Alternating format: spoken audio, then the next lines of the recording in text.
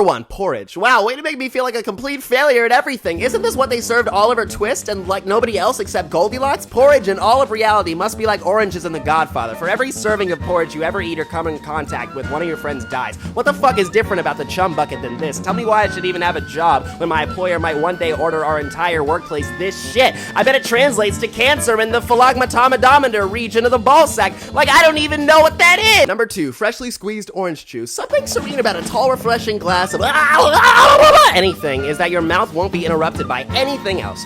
Food, especially anything once mammal, has a variety of texture to it, so you might bite your teeth hard on something while you're chewing and go, was that a rock?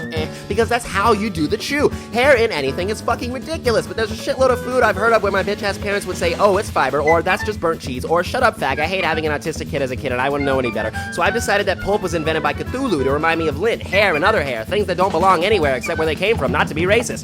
And I hear about pulp the most when it's supposedly in something freshly squeezed, and most of the time I have no idea whether the shit is even freshly squeezed or not. Recently squeezed, maybe. Have you ever seen anybody squeeze an orange juice in front of you like at a diner and not on Brazzers or TikTok? And what verification would a diner have that it's fresh? So when you're handed freshly squeezed orange juice, they easily could have just poured some orange juice in a glass and then cried in the freezer for an hour, then they freeze dry their tears and throw them in. Also, I'm allergic to sadness. 3, skyscrapers. Scrape my vulva, nigga. They're too high. If they fall in any direction, the dinosaurs would feel it. These towers of Babel care so fucking much about being bigger than everyone around them. How about you just build a house in a forest? That's way cheaper and way more impressive. I'd rather be a cokehead. That way I could be just as paranoid about dying at any time for like half the price and twice the fun. The sky's nice because it's around us too. It's under us. I'll skydive in my life because if I die, I can see it coming. You already go into that assuming that nobody knows what they're doing, including the 20-year experts who buy tamales with Tom Cruise every day. I don't want to live or reside or spend more than a second just up there waiting for nothing. And you know birds must fucking hate us. The only special thing about them is that they can live up in the clouds and we can't until now or whenever the fuck these things started being made.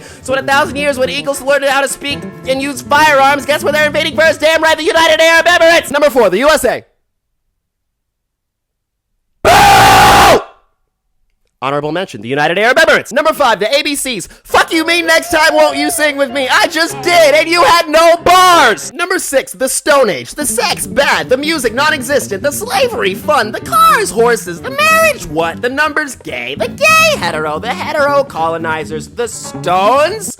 Well, they were the worst part! Number 7, the Electoral College. Yeah, whatever the fuck that is! How do people forget who they are so much? Like the number of times I hear opinions that politics are dumb even though politics are people. Most of the time I respond to that with, you want better politics? Speak to something! That's all it takes. Take the energy you put into crying on a screen and try to make your world a better place instead of wait for anybody else to speak your mind for you. But with the Electoral College existing, I find it hard to fathom how they couldn't be hypocritical. How the fuck did a Democratic Republic get so confusing? It should be that the people have a say. Whether they use it or not during presidential elections is whether or not they vote. And after you get all those votes, count up how many Americans for one person and count up how many voted for the other. Whoever get the most wins. God damn, I feel like a fucking infant saying that. And I don't know what the Electoral College is, but if they're people just like the rest of us, their votes shouldn't count any more than anyone else's. Nobody in the world has any more important of a voice than anybody else, but what the fuck is the Electoral College? What, they get 2 raffle tickets instead of 1? What, they get the good parking because they've been doing this longer than anybody else? Or better? Fuck that!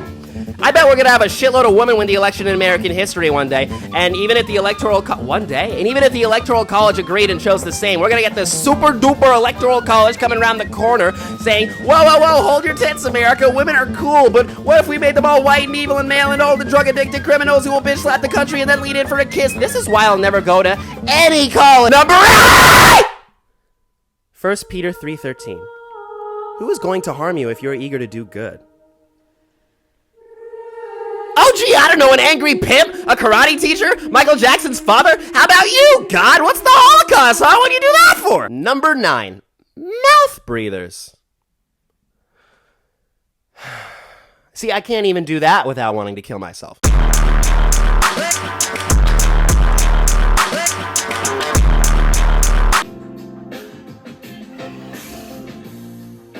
And that's the thing, Joe. I gotta dress up in this monkey suit every day and go somewhere I don't even like being.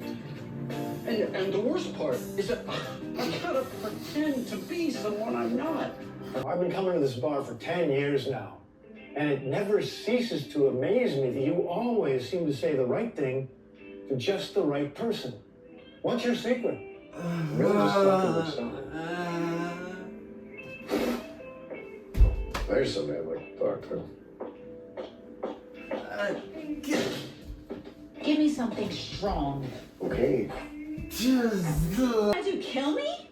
No, but from the looks of things, I might be doing you a favor if I was. Spare me the psychology.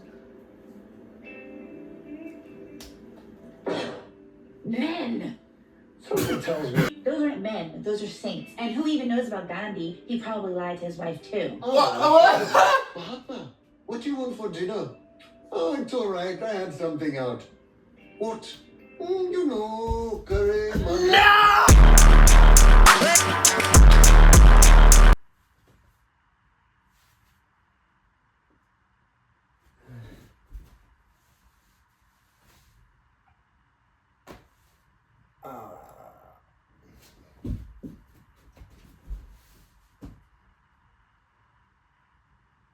Also, hashtag the owner of Spooners.